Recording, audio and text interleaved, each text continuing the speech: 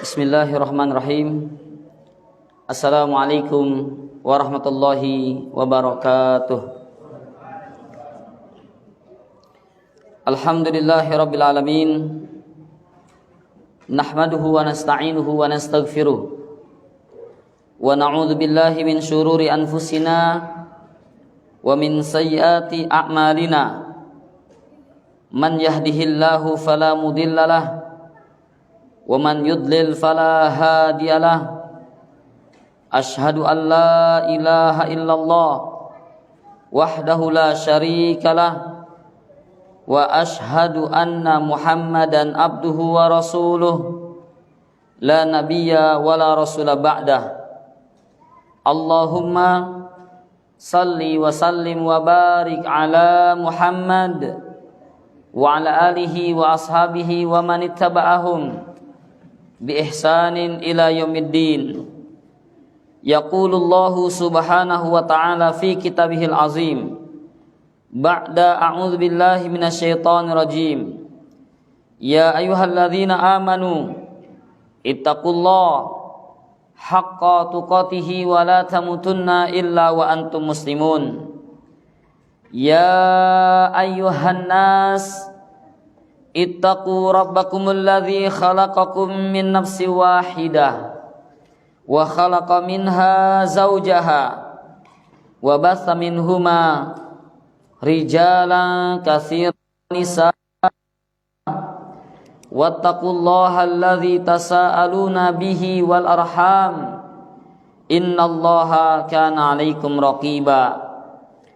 Ya ayyuhalladzina amanu ittaqullaha wa qulu qawlan sadida yuslih lakum a'malakum wa yaghfir lakum dhunubakum yuti'illaha wa rasulahu faqad faza fawzan 'azima. Amma ba'd. I'lamu rahimani wa rahimakumullah fa inna ahsanal kalami kalamullah wa khairal huda huda Muhammadin Nabi sallallahu alaihi wasallam wa syarrul umuri muhdatsatuha fa inna kulla muhdatsatin bid'ah wa kulla bid'atin dhalalah wa kulla dhalalatin finnar. Amma ma'asyiral muslimin rahimakumullah.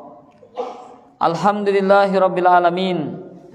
Segala puji milik Allah subhanahu wa ta'ala sebagai Rabbuna Rabbul Alamin, Rabbul Arsyil Azim, yang banyak memberikan kepada kita berbagai macam nikmat serta karunia-Nya, sehingga pada malam hari ini kita dapat kembali berkumpul dalam rangka untuk menunaikan salah satu kewajiban kita sebagai seorang muslim maupun muslimah, yakni menunaikan salat maghrib secara berjamaah. Kemudian setelah itu kita melanjutkan kembali dengan satu rangkaian ibadah yang lain, yakni talabatul ilmi, belajar, yang merupakan ini juga ibadah yang ghaira mahdah, ibadah yang dianjurkan oleh Rasulullah. Bahkan Nabi mengatakan talabul ilmi faridatun ala kulli muslim. Sesungguhnya belajar ilmu din, ilmu agama, hukumnya fardu wajib bagi setiap orang yang memiliki status predikat seorang muslim. Kemudian di kesempatan yang mulia ini tentunya kita tidak lupa untuk senantiasa selalu berdoa kepada Allah agar Allah memberikan salat dan salam kepada Nabi kita yang mulia Muhammad sallallahu alaihi wasallam, dan juga semoga tercurahkan kepada seluruh sahabat beliau radhiyallahu ta'ala anhum jami'an, dan juga semoga kepada kita sekalian yakni sebagai umat Rasulullah yang setia dan istiqamah menjalankan agamanya. Amin ya rabbal alamin. Ma'asyiral muslimin rahimakumullah. Di kesempatan yang berbahagia ini kita akan melanjutkan membaca kitab Hadis Arba'in An-Nawawi, yakni hadis yang ke-11 tentang meninggalkan sesuatu yang ragu dan kerjakanlah apa saja yang tidak membuat engkau ragu. Ma'asyiral muslimin azanallahu wa iyyakum jami'an. Sesungguhnya dinul Islam, yakni agama kita al-Islam, mengajarkan banyak sekali berbagai macam prinsip-prinsip dalam kehidupan kita. Termasuk dalam hadis yang sebentar lagi kita akan baca, yakni Rasulullah mengajarkan kepada kita yakni tentang sebuah prinsip yang agung, prinsip yang mulia, yakni yang kita kenal berhati-hati. Langsung saja kita akan baca hadisnya. Bismillahirrahmanirrahim.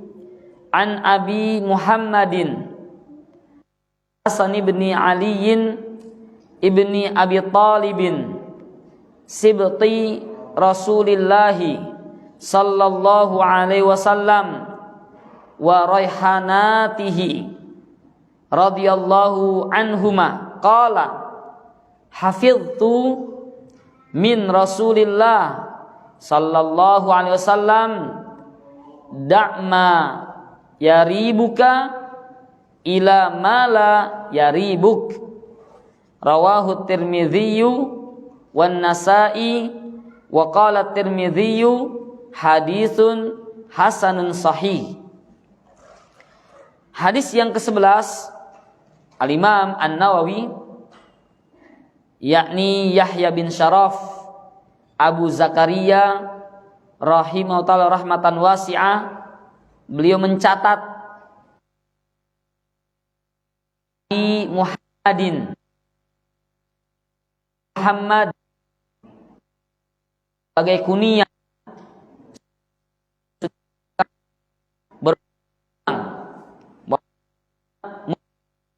dianjurkan, disukai hendaknya seseorang memiliki kunyah, yakni sebagai apa?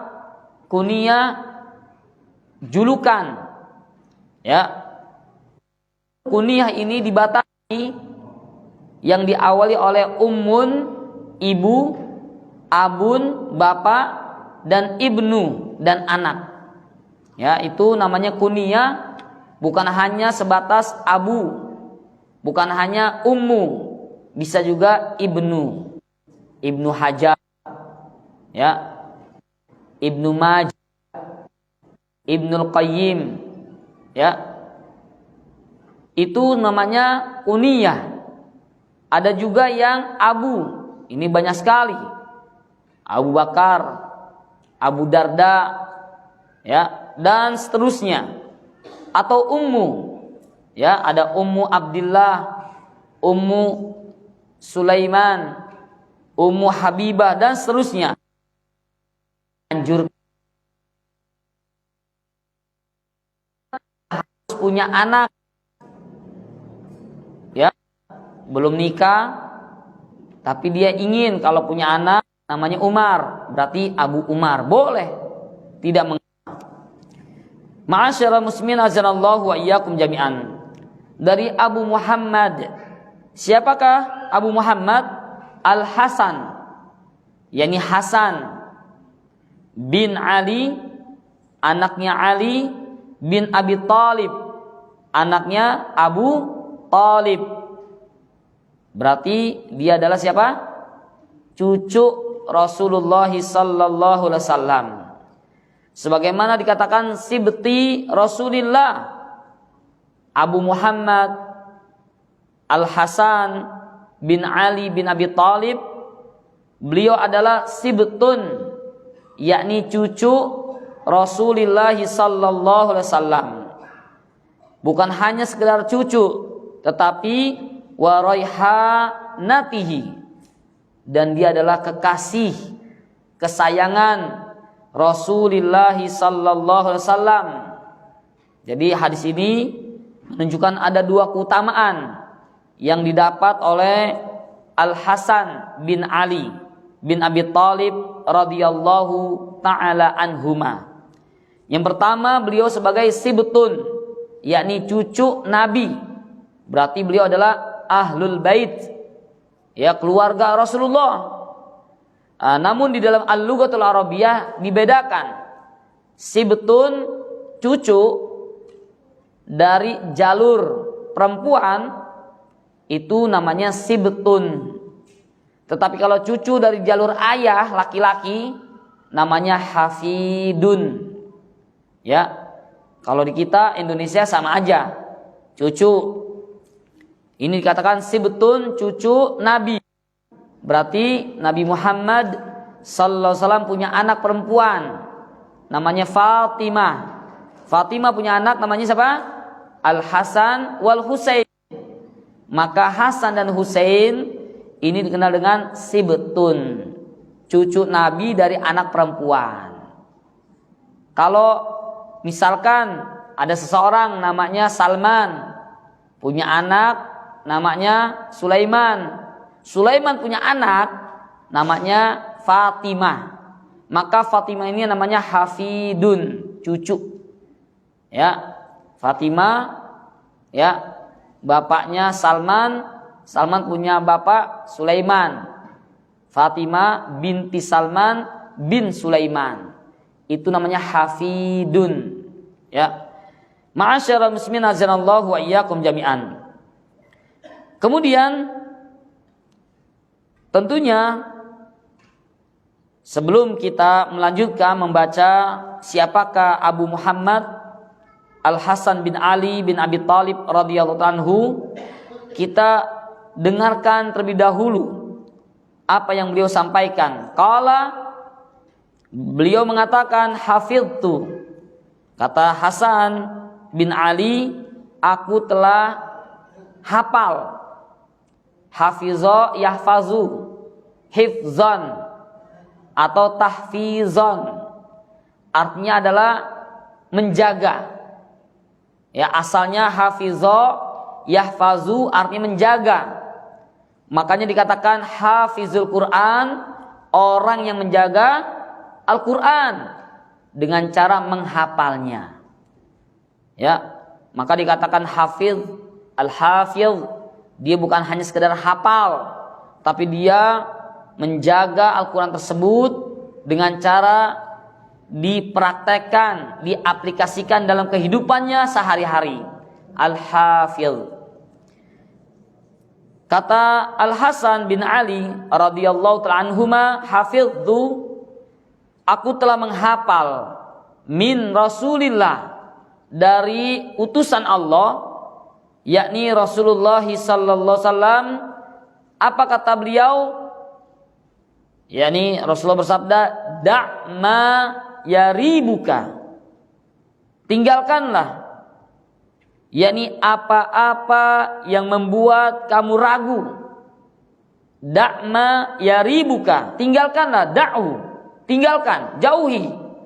Ma yaribuka, apa saja, umum. Baik itu perkataan, nih saya ragu nih ngomong nih, ragu tinggalkan. Atau melakukan perbuatan, saya jadi gak pergi ya besok, ragu tinggalkan.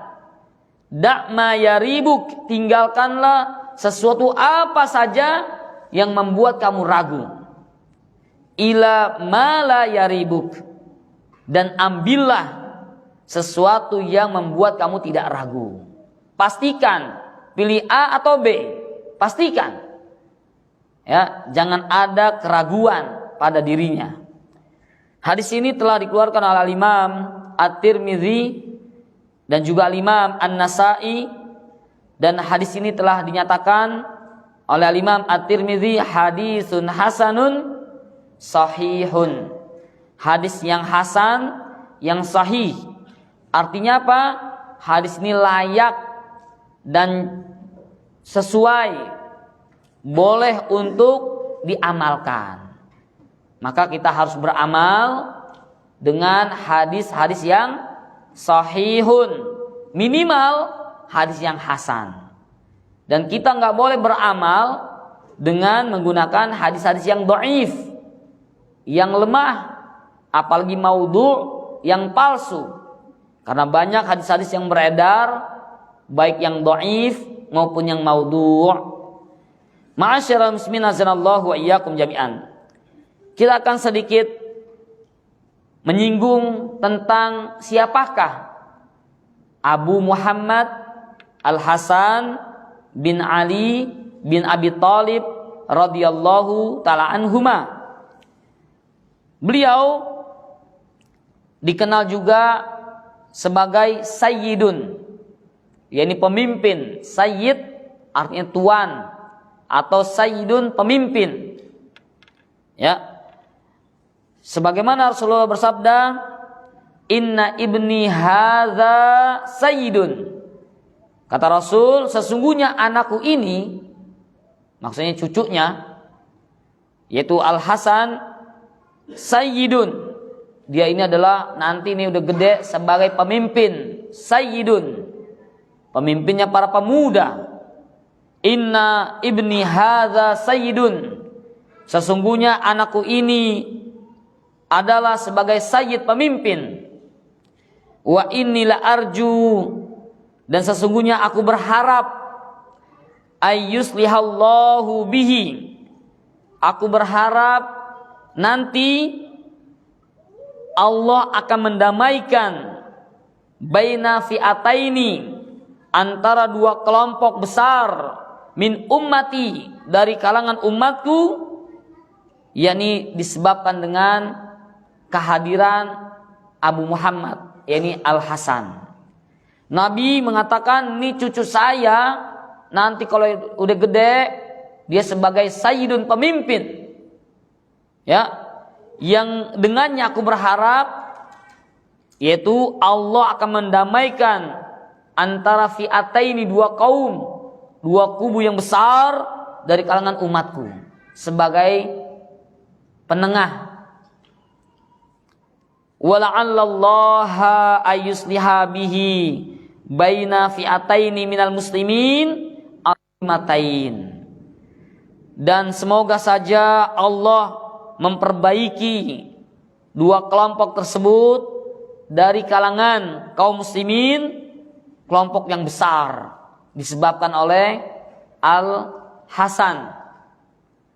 Padahal ketika itu Al-Hasan masih kecil, ya, masih sebagai gulam, usia 5-6 tahun. Tapi Nabi mengkhabarkan, inna ibni hadza sayyidun. Ini menjadi pemimpin. Makanya masuk sekolah itu ada tes, ya, psikotes itu, bahkan bisa dengan sidik jari bisa ketahuan nih bakatnya apa. Atau dengan melalui tulisan, ya, beberapa pertanyaan dijawab, itu bisa terlihat bakatnya. Atau bisa dengan apa? Wawancara. Ya, ada ilmunya, dan tentunya tidak gratis, Pak, ya. Dipelajari. Ya, mungkin boleh jadi ada beberapa sekolah pesantren kok uang pendaftarannya mahal banget ini.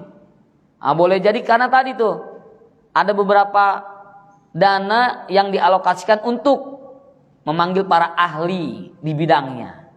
Ya. Ma'asyiral muslimin azanallahu wa iyyakum jami'an. Kemudian sabda Rasulullah pun ini terjadi saat ayah beliau, yakni Ali bin Abi Thalib radhiyallahu anhu, wafat, meninggal dunia, yakni dibunuh oleh seorang Khawarij Abdurrahman ibnu Muljam. Ya. Ketika beliau wafat, maka Al-Hasan, yakni anak beliau Ali bin Abi Thalib, dibaiat untuk menggantikan kedudukan ayahnya menjadi khalifah. Khalifah itu artinya pengganti. Jadi Khalifatu Abi Bakrin, yakni khalifah pengganti Rasulullah, namanya Abu Bakar As-Siddiq radhiyallahu ta'ala anhu. Maka ketika Ali bin Abi Thalib wafat, maka Hasan yang dibaiat menjadi khalifah setelahnya. Akan tapi nggak mau jadi khalifah, tidak cinta, walaupun beliau tidak meminta ditunjuk, tapi beliau menolak. Lantaran apa? Ingin mendamaikan antara Ali bin Abi Thalib dengan pengikut Muawiyah yang tatkala itu sedang berseteru, yakni kelompok Ali bin Abi Thalib dan Muawiyah, ya, ini bertikai. Nah, ketika wafat, pengennya ini Ali bin Abi Thalib anaknya menjadi pemimpin, namun Muawiyah pun mau jadi pemimpin. Abu Muhammad Al-Hasan bin Ali bin Abi Thalib, beliau mengalah, maka diserahkanlah pemimpinan Al-Khilafah kepada Muawiyah. Ma'asyiral muslimin wa iyyakum jami'an. Maka dengan sebab itulah muslimin memperoleh kebaikan yang sangat banyak, bersatu kembali. Kemudian ini catatan penting nih. Kalau kita perhatikan, Al-Hasan ini tentunya lebih utama daripada Husain adiknya. Ya, saya ulangi, Al-Hasan kedudukannya lebih utama daripada Husain adiknya. Jadi Ali bin Abi Thalib punya anak namanya Al-Hasan wal Husain. Hasan ini kakaknya, lahir lebih dahulu beberapa menit atau detik ya. Kemudian baru keluarlah. Hasan ini lebih utama karena ada beberapa hadis menjelaskan keutamaan beliau. Di antaranya tadi, inna ibni hadza sayyidun. Sesungguhnya anakku ini, cucuku, kata Nabi, itu yang siapa? yakni Hasan, Sayyidun, pemimpin. Ya. Namun ikhwani jazallahu wa iyyakum, ada kelompok ataupun sekte yang dikenal dengan Syiah Rafidah. Syiah itu artinya Al-Ansar, pendukung atau pengikut. Makanya ada Syiah Ali berarti pengikut, pendukung Ali bin Abi Thalib. Ada Syiah Fatimiyah berarti pendukung atau pengikut Fatimiyah.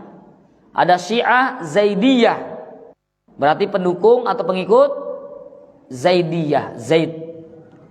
Nah, ini kalau Rafidah itu yang menolak, Rawafid, yarfudu, menolak. Ya.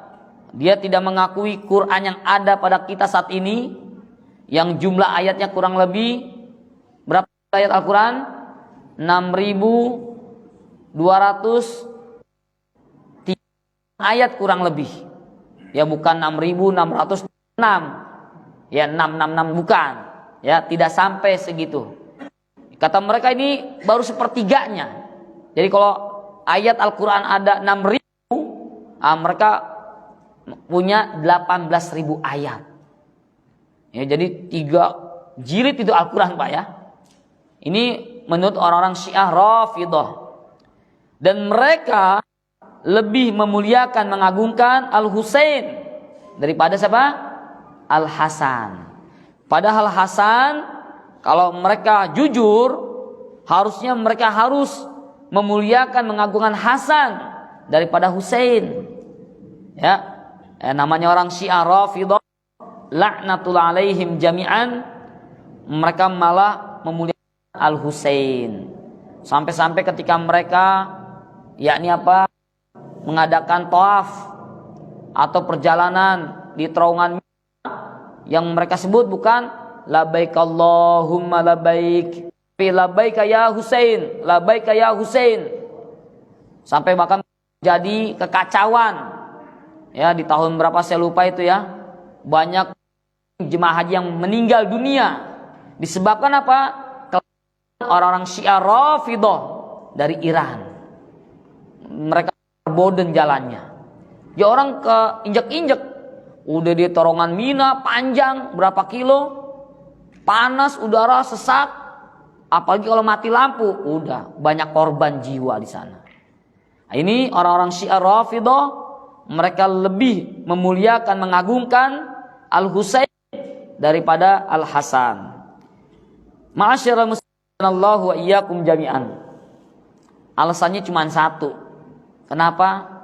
Karena Husain terbunuh, ya, yang kepalanya dipenggal, mulutnya ditusuk-tusuk oleh orang-orang mereka juga Syiah Rafidhah, ya. Terus mereka bersedih, maka mereka mengingat jasa Al-Husain ini, maka diangkatlah, ya, jadi Al-Husain. Ma'asyiral muslimin azanallahu wa iyyakum jami'an. Kemudian tadi disebutkan bahwasanya Raihanihi, Abu Muhammad Al-Hasan ini, beliau adalah sebagai, ini bisa dijadikan nama orang kita. Namanya siapa? Raihanah gitu ya. Raihan, ada juga punya Abu Raihanah, Abu Raihan. Bunga yang wangi semerbak nan indah. Jadi yang namanya kemudian dia wangi, indah lagi. Itulah julukan Al-Hasan dan juga Al-Husain. Raihanatihi, yakni kesayangan Nabi. Memang biasa, yakni kakek lebih sayang kepada cucunya daripada anaknya. Saking sayangnya, apa minta oleh cucunya dikasih. Emaknya bilang jangan, udah dikasih permen, nggak apa-apa, anak kecil ini gitu. Dibiarin aja udah ya. Pokoknya kalau buat cucu, masya Allah luar biasa. Jangan sampai nih nyolek-nyolek cucunya nih, anak siapa nih gitu ya, di jengaknya. Itu yang marah bukan bapaknya, kakeknya. Siapa yang berani megang-megang anak saya? Senggol bacok gitu ya. Jadi marahnya dia. Ya, itulah kesayangan seorang kakek terhadap cucu. Dari sini juga bapak ataupun ibu kalau punya anak, diberi, jangan dititipin ke orang tua. Orang tua sudah capek didik kita dari kecil. Masa sudah tua terus kita titip anak-anak kita kepada orang tua kita? Kapan istirahatnya? Terus kita sibuk cari duit, ya, siang malam. Kita dititipin ke kakek dan nenek. Kapan istirahatnya? Dan pendidikannya, mohon maaf, kurang baik nanti. Nah tadi, karena saking sayangnya, apa saja yang diinginkan dikasih. Ya. Ma'asyiral muslimin azanallahu wa iyyakum jami'an, mendidik anak kewajiban kedua orang tua, bukan nenek dan kakeknya. Ma'asyiral muslimin azanallahu wa iyyakum jami'an. Kemudian adapun kata yang Rasul mengatakan ma yaribuk, tinggalkanlah ma yaribuk, jadi sesuatu yang membuat kamu ragu. Ya. Adapun ila ma la yaribuk, dan ambillah sesuatu yang tidak meragukan dirimu. Hadis ini dikenal dengan Jawami'ul Kalim. Jawami'ul Kalim adalah perkataan yang singkat, perkataan yang ringkas, namun memiliki makna yang sangat padat dan luas. Jawami'ul Kalim, maknanya padat, kalimatnya singkat, ya, kalimatnya ringkas, maknanya luas. Itulah Jawami'ul Kalim. Sampai-sampai Syekh Muhammad bin Shalih Al-Utsaimin, kalau sekiranya ada seseorang yang ingin mensyarhu, menjelaskan hadis da'ma yaribuka ila ma la yaribuk, itu butuh sekitar 1 jilid lebih. 1 jilid sekitar berapa? 600 atau 700 halaman, bisa 1000 halaman untuk menjelaskan makna faedah hadis da'ma yaribuka ila mala yaribuk. Begitu besarnya hadis ini. Ma'asyiral muslimin azanallahu wa iyyakum jami'an. Kemudian menurut sebahagian para ulama Ahlus Sunnah wal Jamaah, hadis ini menerangkan tentang sifat kehati-hatian yang meninggalkan segala hal yang dapat menimbulkan mudarat, yang dapat bahaya di hari kiamat kelak. Bukan lagi perkara dunia, Pak, tapi kita meninggalkan sesuatu tersebut. Kenapa? Nih kalau saya kerjakan nih bahaya nih, efeknya nanti sampai ke akhirat. Maka dia tinggalkan karena dapat menimbulkan madarat, bahaya yang besar di akhirat kelak. Itulah makna wara'. Ya. Ma'asyiral muslimin azanallahu wa iyyakum jami'an. Kemudian hadis ini juga menganjurkan untuk meninggalkan sesuatu yang diragukan kehalalannya. Ya, hadis ini menjelaskan kepada kita untuk meninggalkan sesuatu yang ini halal atau tidak ya. Kalau belum ada labelnya, misalkan kalau sekarang sudah ada dari pusat label halal, sudah kita yakin insya Allah ini halal, udah. Tapi kalau misalkan masih ragu, ini halal nggak ya dikonsumsi, ya, maka tinggalkan. Kecuali yang jelas-jelas zatnya halal, seperti misalkan air minum, air putih. Ini belum ada cap halal nih misalkan gitu ya. Halal nggak nih air, Pak? Halal sudah jelas, ya. Boleh jadi memang belum didaftar, gitu ya. Jadi kalau sudah jelas zatnya halal, maka halal, walaupun belum ada label dari pusat, ya, pemerintah Indonesia. Ma'asyiral muslimin azanallahu wa iyyakum jami'an. Kemudian kita juga diperintahkan untuk meninggalkan sesuatu yang samar, syubhat, yang membuat hati kita tidak tenang dan merasa apa? Andilau katanya, antara dilema dan galau. Gitu. Ya, jadi kalau kita mengalami perasaan andilau gitu Pak ya, antara dilema dan galau, tinggalkan sudah. Ya, jangan coba-coba. Ini petunjuk Nabi. Da'ma yaribuk, tinggalkan yang ragu, maka menujulah, ambillah sesuatu yang membuat kamu yakin, yang membuat kamu tidak ragu, ambil. Seperti itu. Maka yang ragu itu pasti hati kita tidak merasa tenang, tentram, bahkan yang ada apa? Gelisah. Ma'asyarab nazanallahu wa iyyakum jami'an. Demikian juga seorang muslim hendaknya dia segera mengikuti sabda Allah. Ini apa? Meninggalkan yang ragu dan juga mengambil sesuatu yang tidak meragukan. Ma'asyiral muslimin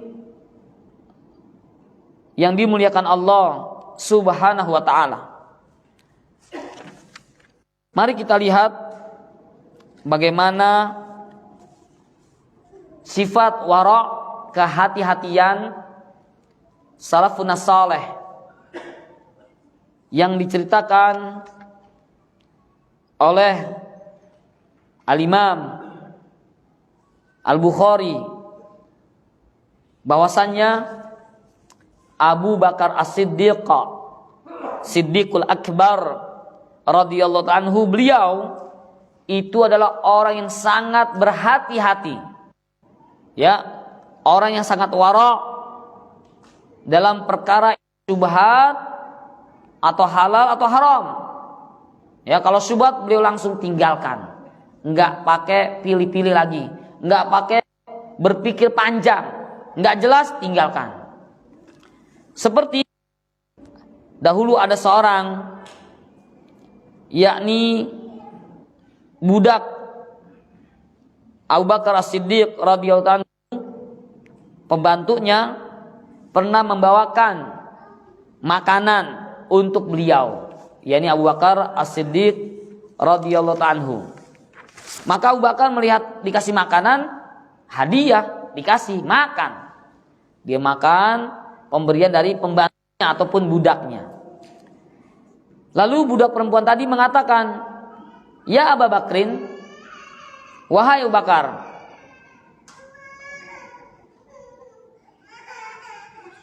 tahukah kamu apa yang kamu makan tadi?" Ya. Maka Abu Bakar mengatakan, "Ma hadza? Apa ini? Emang ini makanan apa? Dari mana?" Maka kata pembantunya, budak wanita tadi, "Dahulu aku, yakni di zaman jahiliyah, aku adalah seorang peramal." Ya. Atau kalau bahasa kita sekarang apa? Dukun. Bahasa Arab itu kahinun atau arrafun. Kahin, dukun, atau arraf, orang yang mengaku-ngaku tahu tentang ilmu gaib. Ya, bukan paranormal, bukan. Jadi kalau kita mau kemana? Mau ke paranormal gitu ya. Berarti kita yang nggak normal ini kan? Kita mau kemana? Ke paranormal. Berarti kita yang nggak normal itu. Kan nggak mau kita dibilang nggak normal kan? Maka mereka itulah sebenarnya yang nggak normal.